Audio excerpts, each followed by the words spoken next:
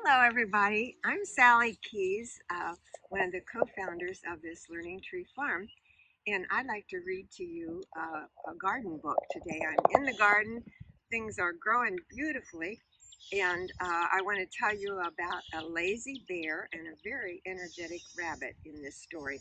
It's called Tops and Bottoms, and you'll see some vegetables that are sometimes on your plate. Here's a picture of Bear. Once upon a time, there lived a very lazy bear who had lots of money and lots of land. His father had been a hard worker and a smart business bear, and he had given all of his wealth to his son. But all Bear wanted to do was sleep. He's sitting in a rocker like I'm sitting in, but I like to do more than sleep. Now, not far down the road there lived a hare. A hare is a rabbit. Although Hare was clever, he sometimes got into trouble. He had once owned land too, but now he had nothing. He had lost a risky bet with a tortoise, and had sold all of his land to Bear to pay off the debt. Hare and his family were in very bad shape. The children are so hungry, Father Hare. We must think of something, Mrs. Hare cried one day. So Hare and Mrs. Hare put their heads together and cooked up a plan. The next day, Hare hopped down the road to Bear's house.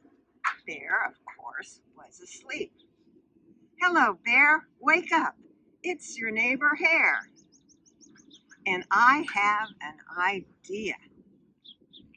Bear opened one eye and grunted. We can be business partners, Hare said. All we need is this field right here in front of your house. I'll do the hard work of planting and harvesting. Yes, sir. And we'll split the profits right down the middle. Yes, sir. I'll work hard and you sleep. Huh? Said the bear. So what will it be, Bear? Asked the hare. The top half or the bottom half? It's up to you. Tops or bottoms? Let's see, the bear said with a yawn. I'll take the top half, Hare. Right, tops. Hare smiled. It's a done deal, Bear.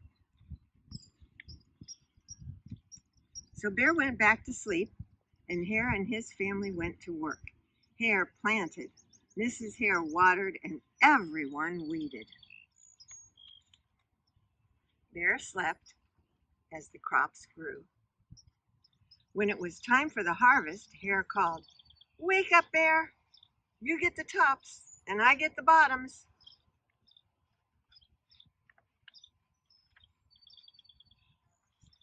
Hare and his family dug up the carrots, the radishes, and the beets. Hare plucked off all the tops and tossed them into a pile for Bear and put the bottoms for himself. We have a few of the radishes right here, and I wanted to show you a picture of them just harvested from the garden. Here's the tops, that's what Bear got, and here's the bottoms, that's what Hare got. Okay, so Bear stared at his pile. But Hare, all the best parts are in your half. You chose the tops, Bear, Hare said. Now, Hare, you tricked me. You plant this field again, and this season I want the bottoms. Hare agreed. It's a done deal, Bear. So Bear went back to sleep, and Hare and his family went to work. They planted, watered, and weeded.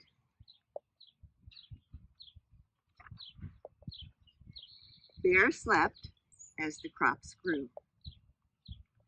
When it was time for the harvest, Hare called out, Wake up, Bear! You get the bottoms, and I get the tops. Hare and his family gathered up the lettuce, the broccoli, and the celery. Hare pulled off the bottoms for Bear and put the tops in his own pile. And we've got an example of this right here. This is a head of lettuce. So the lettuce that we eat in salads is the top part, and this is what Bear got, a little bitty root part. I bet he wasn't very pleased. Bear looked at his pile and scowled. Hare, you have cheated me again. But Bear, you wanted the bottoms this time.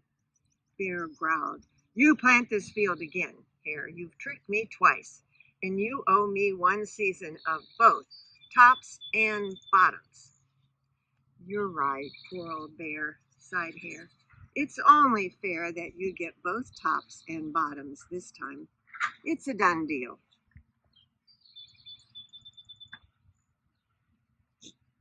So Bear went back to sleep, and Hare and his family went to work. They planted, watered, and weeded, then watered and weeded some more. Bear slept as the crops grew.